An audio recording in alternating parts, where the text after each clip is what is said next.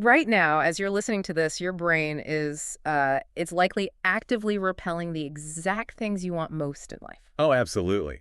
It's wild to think about. Right, like the financial stability, the deep relationships, those completely stress-free weekends. Your nervous system might literally be treating those things as threats. And the craziest part is that it thinks it's doing you a massive favor. Exactly.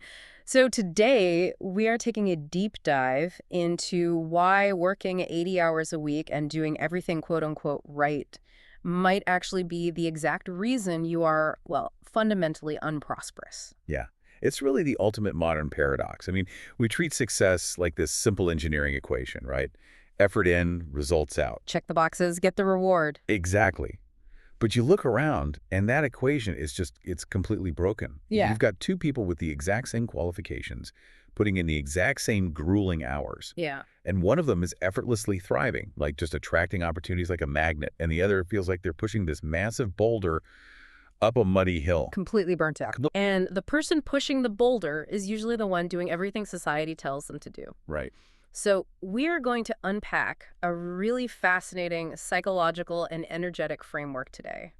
We're deconstructing the hidden mechanics of abundance. We really need to look at how the subconscious mind actually processes reality. Yeah, and figure out why the world around us operates like this giant, unavoidable mirror. But we should probably establish a firm baseline before we get too deep into this, Oh, for sure. because we're going to be talking about energetic frequencies, archetypes, and subconscious mirroring. But this is crucial. We are anchoring all of this in behavioral psychology and neuroscience. Right, right. So it's not some toxic positivity trap. We're not going to tell you to just smile through the pain and wait for $1 million to fall from the sky. Thank goodness, because honestly, if I have to listen to one more lecture about just manifesting good vibes while ignoring actual real-world problems, I'm going to lose my mind. Yeah, we are totally on the same page there. Ignoring reality is a trauma response. It's not a life strategy. Definitely. What we are actually exploring is a highly realistic, really analytical look at self-worth, the biology of boundaries, and how your nervous system literally filters the opportunities you can or cannot see. We're looking at the mechanical reasons we sabotage ourselves. Exactly. Right. And to understand that sabotage, we really have to start with a massive paradigm shift. The framework we're exploring makes a huge distinction between two words that I've honestly always treated as synonyms. Most people do. Abundance and prosperity. Right. But here, they are completely different mechanical functions. They are entirely different ecosystems, really.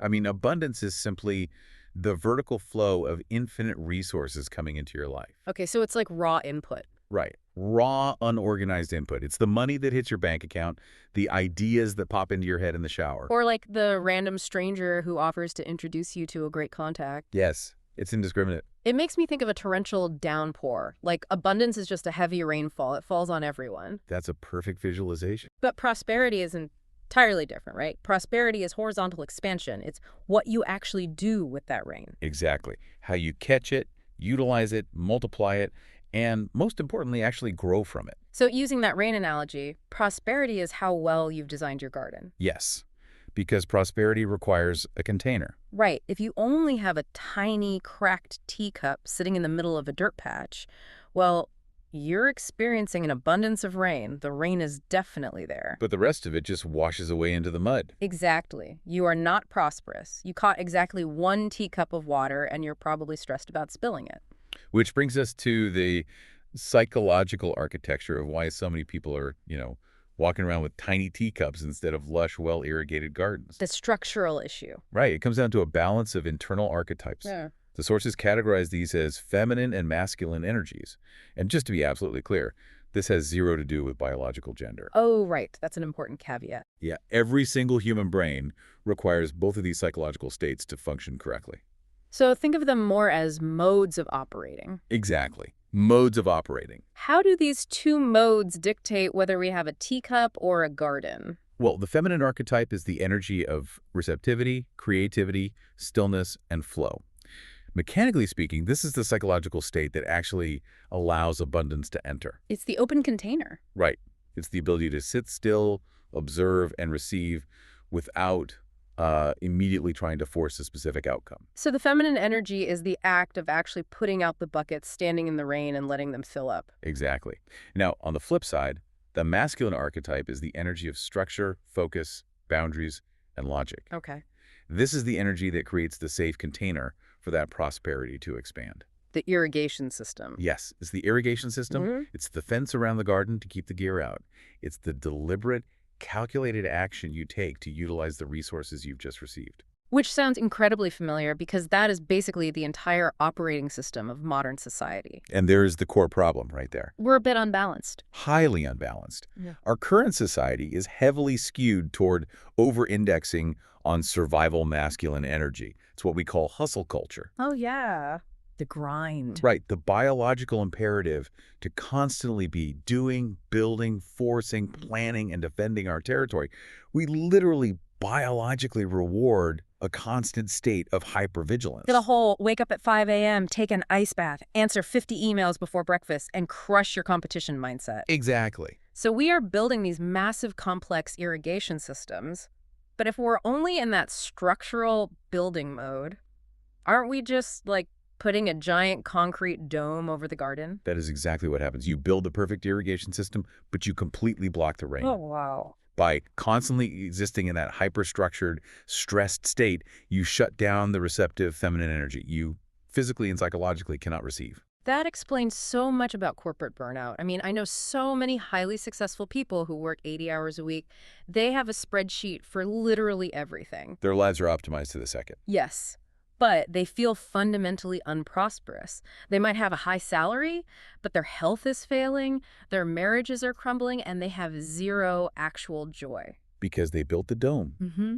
They cannot sit still long enough to actually enjoy the resources they're hoarding.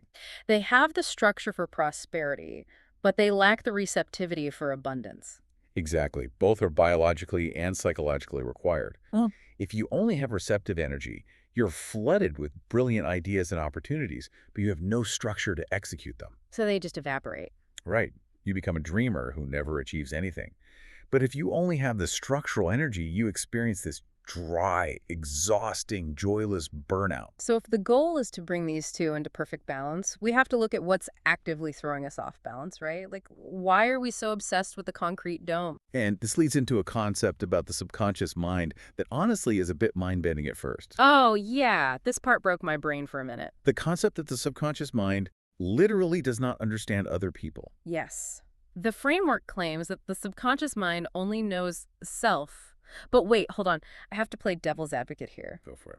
If my subconscious only knows me, how did it learn language? How does it process empathy or recognize my family? I mean, I'm having a hard time wrapping my head around a brain with no windows. It is a profound shift in how we understand cognitive processing.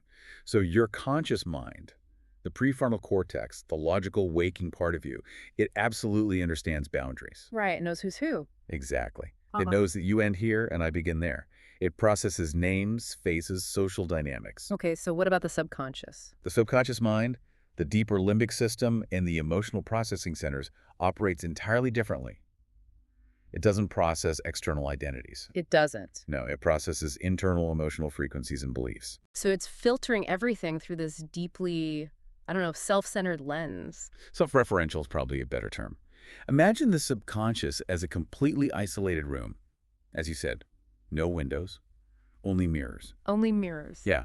When you interact with the world, your conscious mind thinks it's looking out a window. But your subconscious is really just looking at reflections of its own programming. Okay, can you give me an example of how this actually plays out in a normal day? Because I need to ground this. Let's say you're at work and you look at a colleague and you feel this intense, disproportionate frustration. You say, my colleague is so incredibly needy and dependent. I can't stand it. Right. Your conscious mind thinks it's making an objective observation about Bob in accounting. Bob is annoying. That's a fact. But your subconscious mind does not process Bob. It doesn't. No, it strips away the external avatar and only processes the emotional frequency of the judgment. It absorbs the statement as, I am needy. Whoa. So if I complain no one understands me, my subconscious internalizes the core frequency of that feeling. And registers it as, I do not understand myself. That is wild. It assumes every emotional broadcast is a statement of personal identity. Therefore, the people who trigger us the most in our daily lives, the ones who cause a disproportionate emotional reaction, they aren't just random annoyances, They're mirrors. deliberately highlighted by your own psychological system to act as mirrors. Yes, they are showing you your own rejected parts. So if I'm incredibly judgmental of someone who is, say, quote unquote, lazy, it's probably because I have this deep subconscious terror of resting and I'm projecting my own self-hatred onto them. Exactly. It's psychological projection, but understood mechanically.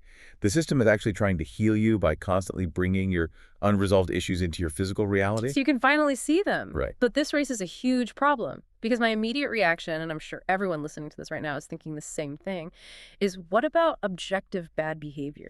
Yes. The bad behavior question. Yeah. If someone rear-ends my car, or if a boss is actively mistreating me, stealing my credit, yelling at me, how on earth is that my reflection? Am I supposed to blame myself for their toxic behavior? That is the absolute most critical distinction we need to make here. And it's where people fundamentally misunderstand this concept. This is absolutely not about victim blaming. Okay, good. If a boss is a narcissist, the mirror is not saying you are a secret narcissist. Yes. And it's certainly not saying you deserve to be abused. Then what is the mirror actually reflecting? It's reflecting the internal boundary that allowed the situation to continue. It's asking, why are you remaining in this frequency? Why am I tolerating the behavior? Exactly. If a boss is chronically mistreating you, the mirror is reflecting your own internal lack of boundaries. It's reflecting your deeply held belief that you are trapped. Oh, wow. So it's reflecting my fear, not their malice. Exactly. Why do you stay in the toxic job? Usually it's a survival fear. Like, if I speak up, I'll be fired. If I'm fired, I'll lose my health insurance. I'll go bankrupt. It's a survival trap. Right.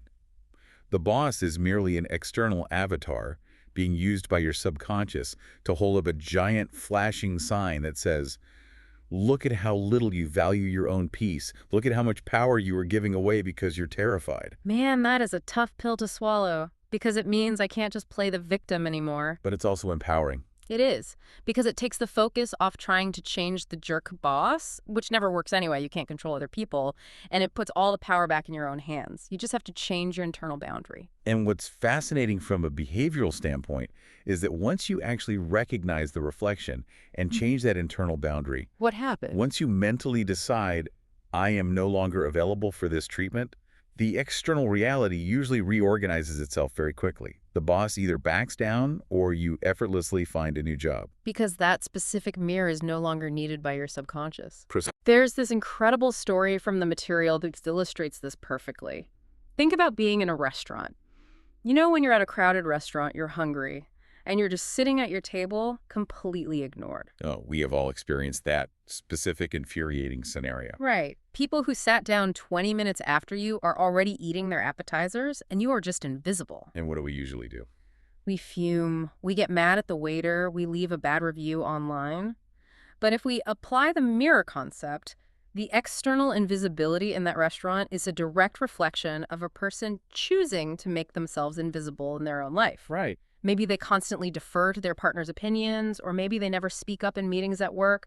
They walk through life carrying this energetic posture of, I'm not important, please do not look at me. And human beings are incredibly adept at reading micro-expressions and body language. Subconsciously. Yes, the waitstaff, operating on a subconscious, busy autopilot level, literally gloss over that table because the frequency being broadcast is, do not engage with me. Exactly. And the story detailed how the person sitting at that table suddenly realized what was happening. They stopped fuming at the waiter and looked inward. They made the shift. Yes. They consciously shifted their internal state. They stopped shrinking. They sat up straight, mentally claimed their physical space in the room, and shifted to a core belief of, I exist. I am a paying customer. I am valuable, and I deserve to take up space here. And what was the result?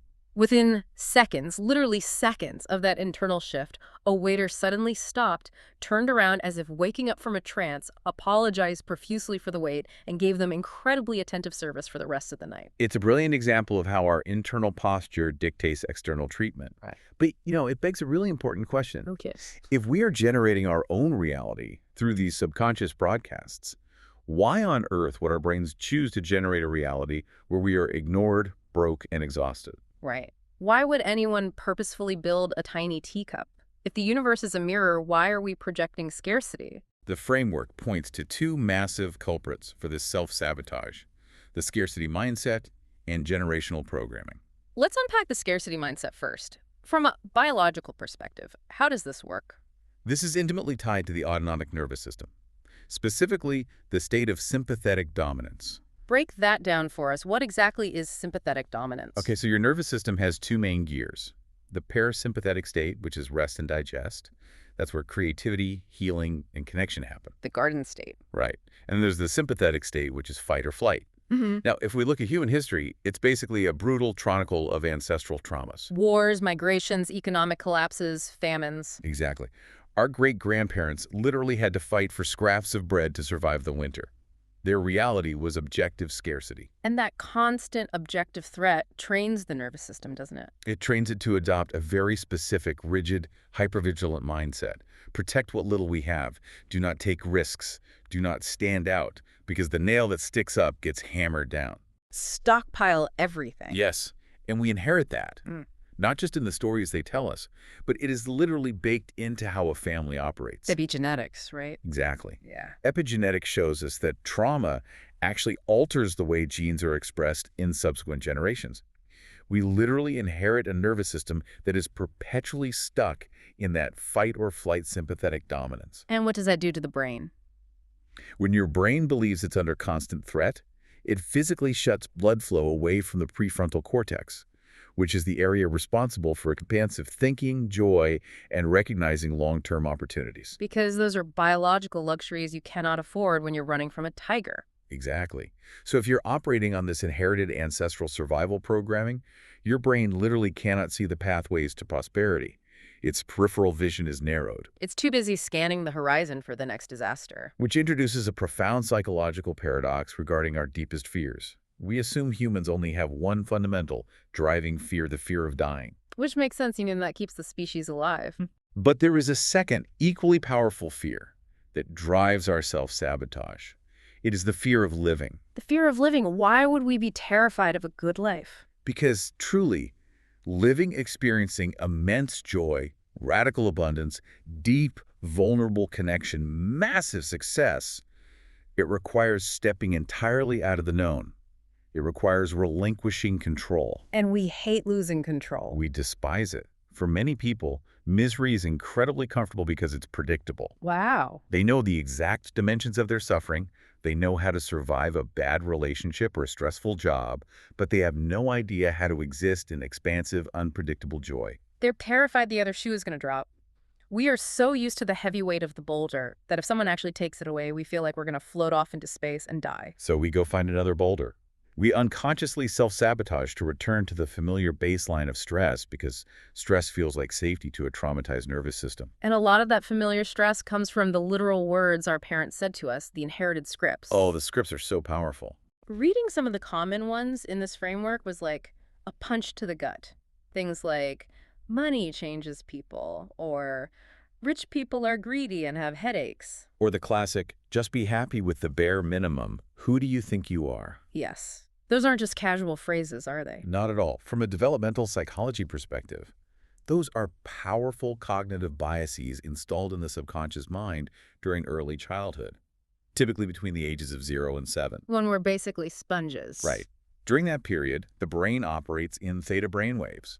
It is essentially a highly suggestible sponge recording the absolute rules of the world. So if you hear money is the root of all evil every single day for 7 years, your brain encodes that as a survival fact. Absolutely. So of course you're going to subconsciously burn through your paycheck the second you get it. You'll break your own car or suddenly get a massive unexpected bill because your brain thinks it's heroically protecting you from becoming evil. That is the exact mechanism. Your brain creates the unexpected bill to save you from the perceived threat of wealth. And there's a brilliant metaphor from the sources to illustrate how deeply embedded this hierarchy of value gets. The dropping vase. Yes. I love this one. Okay, picture this scenario as you're listening. Imagine a beautiful, incredibly expensive, fragile vase is sitting near the edge of a table. Someone bumps the table and the vase starts to teeter and fall toward the hard tile floor. What is your immediate split-second physical instinct? For most of us, you lunge, you die for it, you throw your physical body onto the floor, twisting awkwardly, thinking, I would rather break my wrist than let this $1,000 vase shatter. And that automatic, unthinking reaction exposes a tragic subconscious belief structure. It exposes the underlying belief that material things, or capital, are inherently more valuable than your own physical body. You are literally willing to sacrifice your own bones and cartilage to save a replaceable object. It's crazy when you put it like that. But if we extrapolate this to the broader culture, it perfectly explains why people work themselves to the point of literal clinical physical collapse. They are diving for the vase every single day. Every single day. They skip meals, they lose sleep, they endure chronic stress because they've internalized the idea that their physical vessel is cheap and expendable.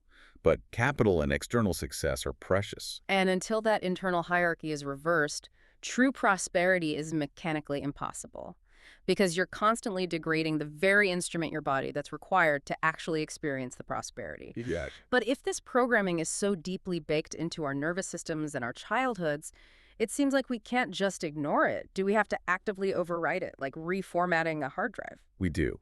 And the framework offers a really practical way to do this. It requires a process of conscious uncoupling from inherited beliefs. How does that work? The exercise is a form of cognitive behavioral externalization.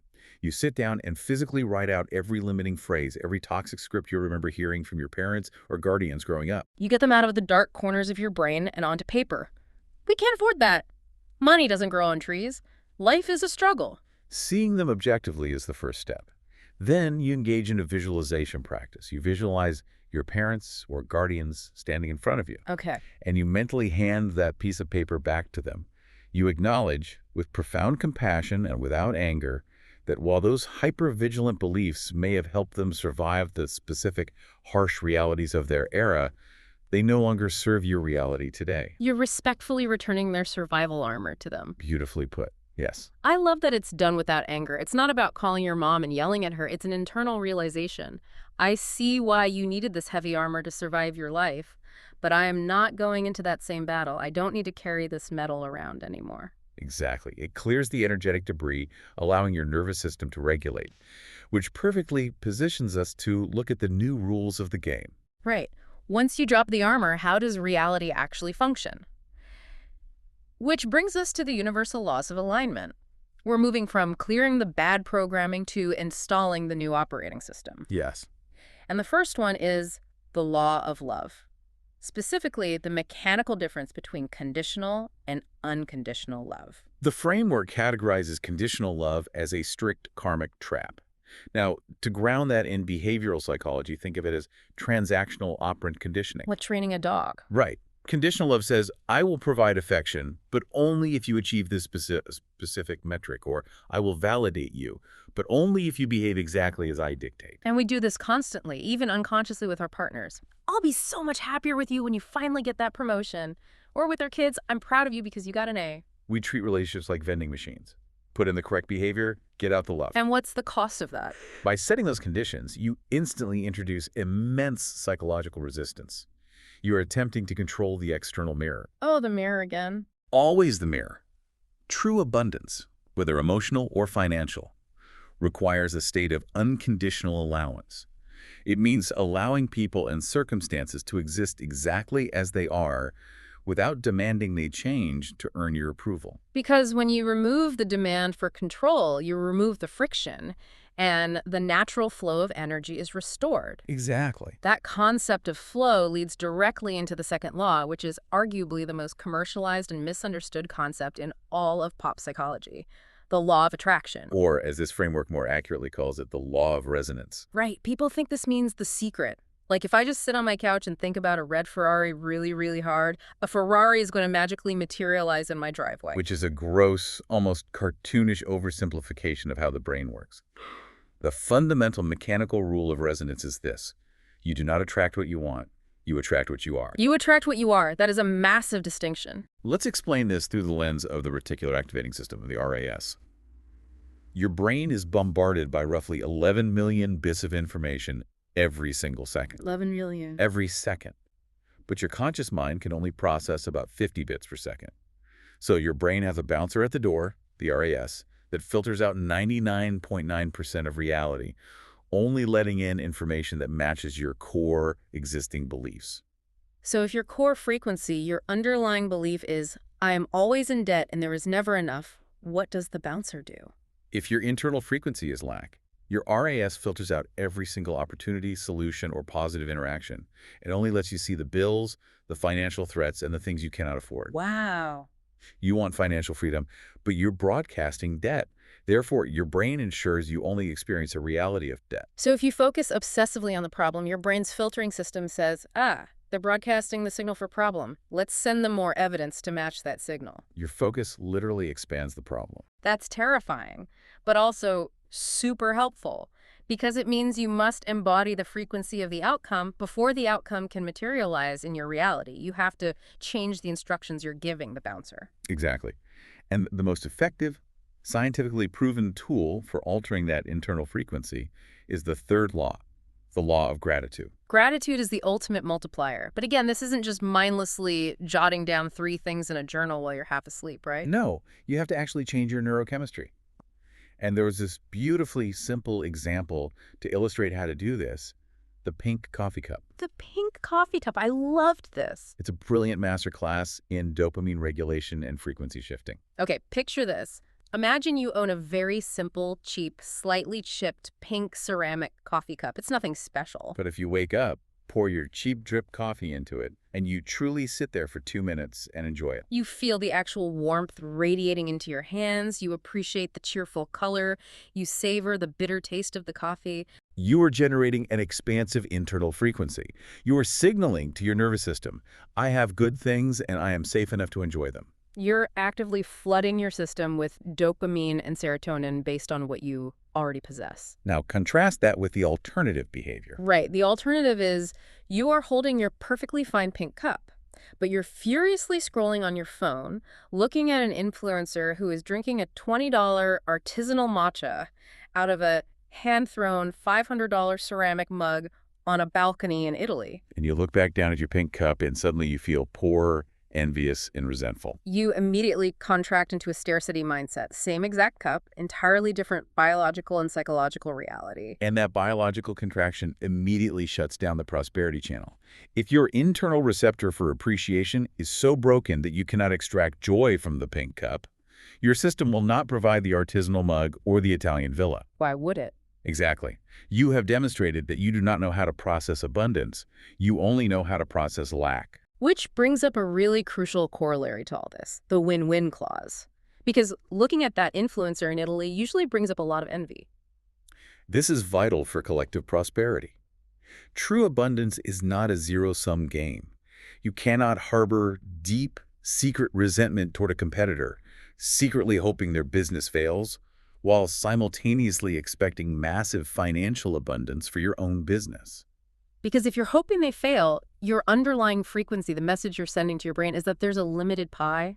There's not enough for both of you. You are right back in the scarcity trap. You have to desire the entire ecosystem to thrive. You must train yourself to look at someone else's massive success and feel genuine, unregulated gladness. Because their success is empirical proof that abundance exists in the field. If you curse their success because of your own insecurity, you're energetically cursing your own potential. Oh. Okay, this transitions us perfectly into what was undoubtedly the most surprising and fascinating section of this entire framework. I did not see this connection coming at all, but when you break down the biology, it is undeniable. The profound link between intimacy and wealth. Yes. The direct, measurable correlation between the health of your romantic relationship or your general daily capacity for joy and your actual financial prosperity. It seems disconnected at first. Right. How on earth are those two things connected mechanically? It all comes back to polyvagal theory and the regulation of the nervous system. The framework asserts a wild concept. The energetic frequency of money, abundance, and expansive opportunities is identical to the frequency of joy, playfulness, and safety. They are quite literally on the exact same biological radio dial. Precisely. Now, consider a standard relationship diagnostic. Yeah. Imagine a couple that's going through a tough time, constantly stressed about bills. Survival mode. Right. Because they're in survival mode, they stop touching each other. They stop hugging. They definitely stop laughing. Every single interaction becomes a tense, logistical negotiation about managing the crisis. They stop being lovers and become roommates running a failing startup. Yes. And by doing that, they actively choke off the very neurochemical frequency required to solve their financial problem. Oh, wow. By shutting down play and physical affection, they shut down the prosperity channel. Their bodies contract, cortisol levels skyrocket, which signals to the brain that the environment is highly unsafe. And as we discussed earlier, an unsafe brain cannot see expansive opportunities. It's blind to them. That is tragic because when you're terrified about paying rent, the last thing you want to do is play. But the framework offers some incredibly specific, actionable biological hacks to reverse engineer this, even if you are currently drowning in stress. We have to force the nervous system into regulation to create the baseline for joy. And the easiest way to do that, the 10-second hug. Such a powerful tool. The framework specifically calls out that obligatory, quick, one-arm pat on the back hug we give our partners when we're rushing out the door. That does absolutely nothing. Nothing at all. But if you stop, put your phones down, hold your partner, and maintain a full-body hug for at least 5 to 10 unbroken seconds, you alter your biology. It forces a massive physiological reset. Prolonged deep pressure triggers the release of oxytocin, the bonding hormone, and actively downregulates cortisol, the stress hormone. It literally lowers your heart rate. Yes, and it tells the primitive part of your brain, we are safe, we belong to someone. The tiger is not currently chasing us. And that somatic feeling of safety is the absolute prerequisite for the feminine receptive energy we discussed at the very beginning. Exactly. And then there was the advice about dancing. The text said to literally put on music and dance around your kitchen together or even alone. Just physically shake off that stagnant, contracted, stressful energy. This relies on a fascinating neurological principle involving proprioceptive signals and the facial feedback hypothesis. Okay, tell me more. The brain is actually remarkably bad at distinguishing between simulated joy and spontaneous joy. So fake it till you make it actually has a basis in neuroscience. On a biochemical level, yes. If you force your body to move dynamically, to jump, to smile widely, your muscles send proprioceptive feedback to the brain. And the brain just believes it. The brain receives those signals and assumes, well, the body is dancing and smiling, so we must be experiencing joy. It then begins to manufacture and release the corresponding neurochemicals, dopamine and endorphins, to match the physical output. You manufacture the joy, your frequency shifts, and your RAS starts looking for positive opportunities again. It's mechanical. So if you're staring at a spreadsheet, paralyzed by financial anxiety and getting absolutely nowhere, the most productive, financially sound thing you might be able to do is get up and aggressively dance to an upbeat song for 3 minutes. Energetically and neurologically speaking, absolutely. But the relationship aspect isn't just about hacking your hormones with hugs and dancing. It's also about how we communicate our needs when we're stressed. The framework talked extensively about communication without blame. Because blame immediately throws the other person right back into a sympathetic fight-or-flight state. Let's look at a standard toxic communication loop that couples fall into. You never call me during the day. You are so incredibly selfish, and you clearly don't care about my feelings. Ouch. Immediate defenses go up. The partner feels verbally attacked. Their cortisol spikes, so they either attack back with their own accusations or they completely stonewall and withdraw. Exactly. You have successfully created a conflict, but you have destroyed the connection. So what's the alternative? The framework suggests a radical shift in framing. Instead of attacking the lack of behavior, you express the positive desire. You say, I feel so happy, loved, and safe when I hear your voice during the middle of the day. Wow. That changes the entire temperature of the room. What's fascinating here is the psychological mechanism. By phrasing it as a positive vulnerability, you are no longer accusing them of a character flaw. You are actively inviting them to step into the role of a hero, a provider of safety. You're giving them a clear, easy blueprint for exactly how to make you happy, completely removing the heavy baggage of guilt and defense. You make it incredibly easy for them to succeed, rather than punishing them for failing. And if your partner loves you, their natural instinct is to want to be the hero who makes you feel safe. It completely disarms the fight before it even begins. And crucially, it maintains the shared frequency of love and expansion, rather than fear and contraction. Which brings us to a really massive concept. If we are communicating our needs that clearly, and not just swallowing our feelings to avoid a fight, we are taking up space. We are establishing boundaries. Reclaiming the throne. Reclaiming the throne. And it centers around the sheer power of the simple phrase, I exist. This is the ultimate antidote to the chronic people-pleasing and self-abandonment we discussed earlier. The shrinking we do to avoid any potential conflict. I have to say, the phrase taking the throne sounds a bit dramatic, maybe a little fantasy novel for a Tuesday morning managing my inbox, but I completely get the psychological utility of it. Society trains us so heavily to view any form of self-advocacy or boundary setting as inherently selfish. Oh, totally. If you say no to doing a favor, or if you prioritize taking a nap over helping someone move, you're immediately labeled a bad friend. We need to fundamentally reframe that trauma response. Establishing boundaries is not selfish. It is a basic biological and energetic requirement for maintaining your own equilibrium. Let's look at the actual measurable cost of self-abandonment. Lay out the consequences for us. If you constantly say yes to obligations you secretly hate just to keep the peace, if you swallow your true opinions to avoid a debate, you are actively abandoning yourself. You are vacating your own energetic space. Yes, the universe, or your subconscious filtering system, reads this behavior and interprets it as this person does not value their own existence. They do not claim their own energy or time. And the result?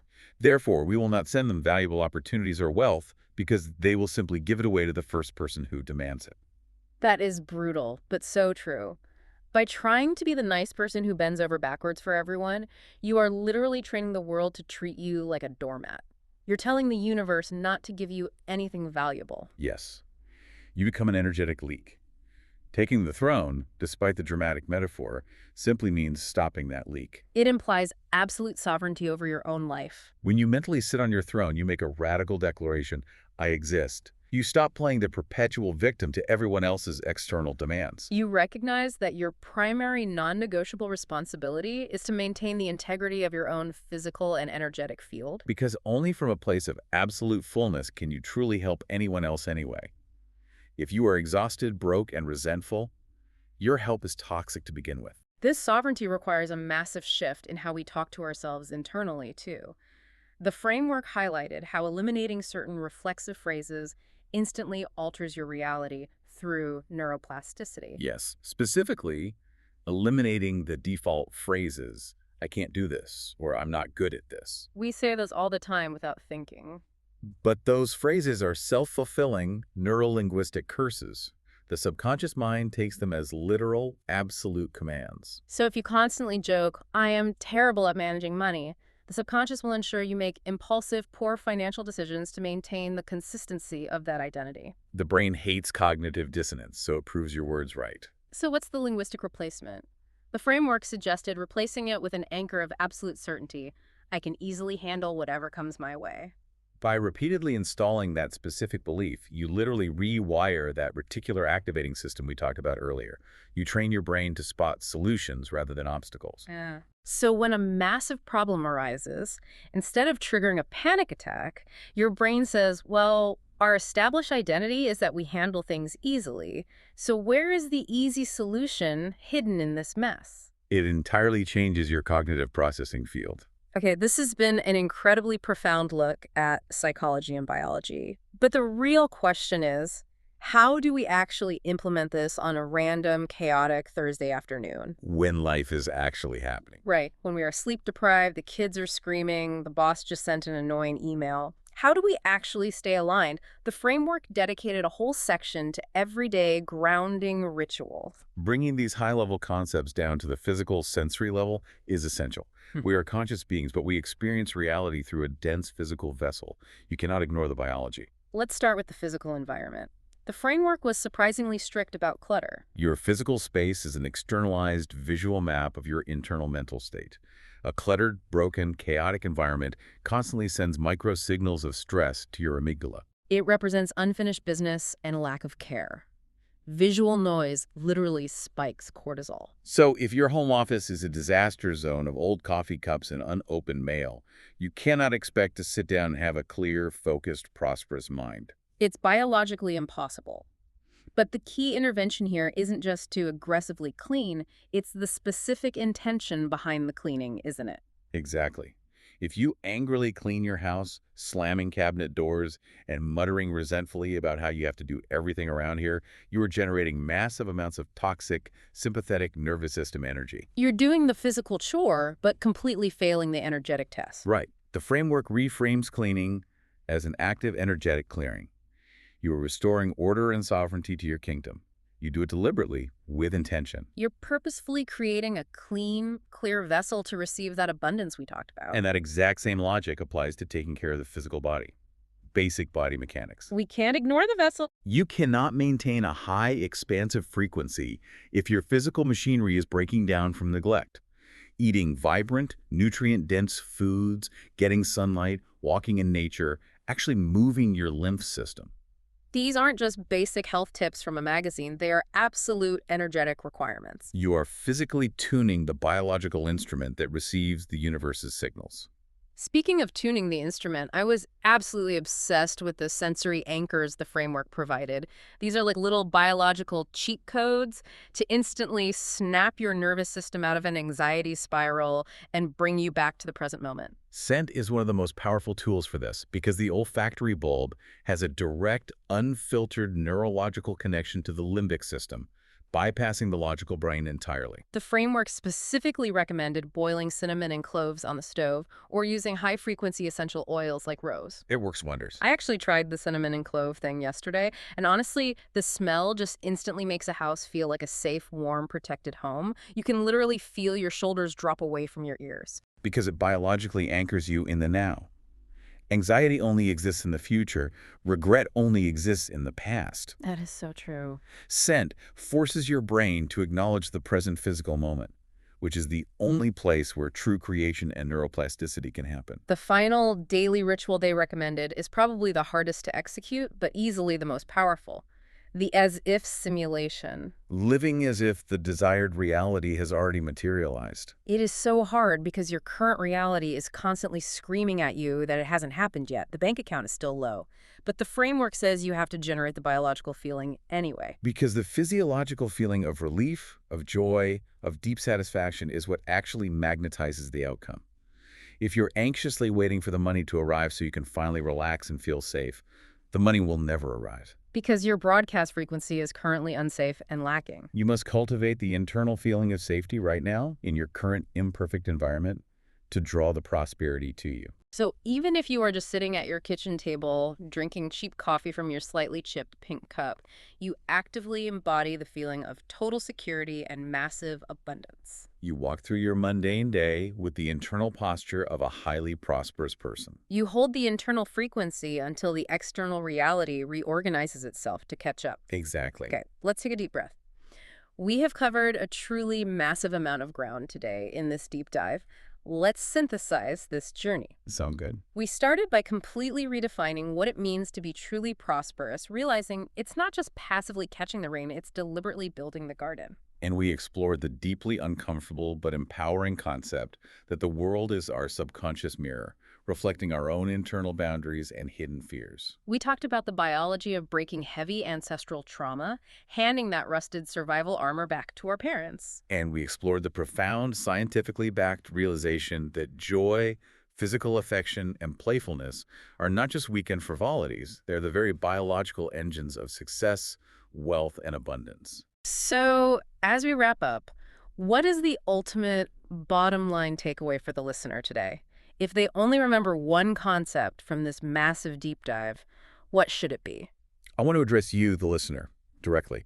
No amount of positive thinking, no amount of aggressive journaling, and no amount of boiling cinnamon on your stove will change your life if you refuse to take absolute radical responsibility for your own throne. Claim your space. True abundance is an inside job.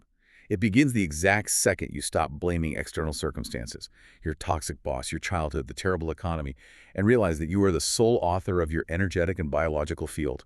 Claim your space, exist loudly, regulate your nervous system. Claim your space. I love that. And to leave you with a final provocative thought to mull over as you go about the rest of your day, well, something we touched on briefly but has massive, massive implications for how you view the world. The next time you feel an intense, ugly flash of envy when looking at someone else's success, maybe you see a colleague get a massive promotion or a friend buys your literal dream house, instead of feeling ashamed of that jealousy or trying to tear them down in your mind, what if you viewed that exact envy as a compass? A compass. We like that. It is not a sign of your permanent lack. It is your own subconscious, your own universe, giving you a sneak peek of the exact frequency you were finally ready to step into. The burning desire is biological proof of your potential. The only question left is, will you drop the armor and claim it?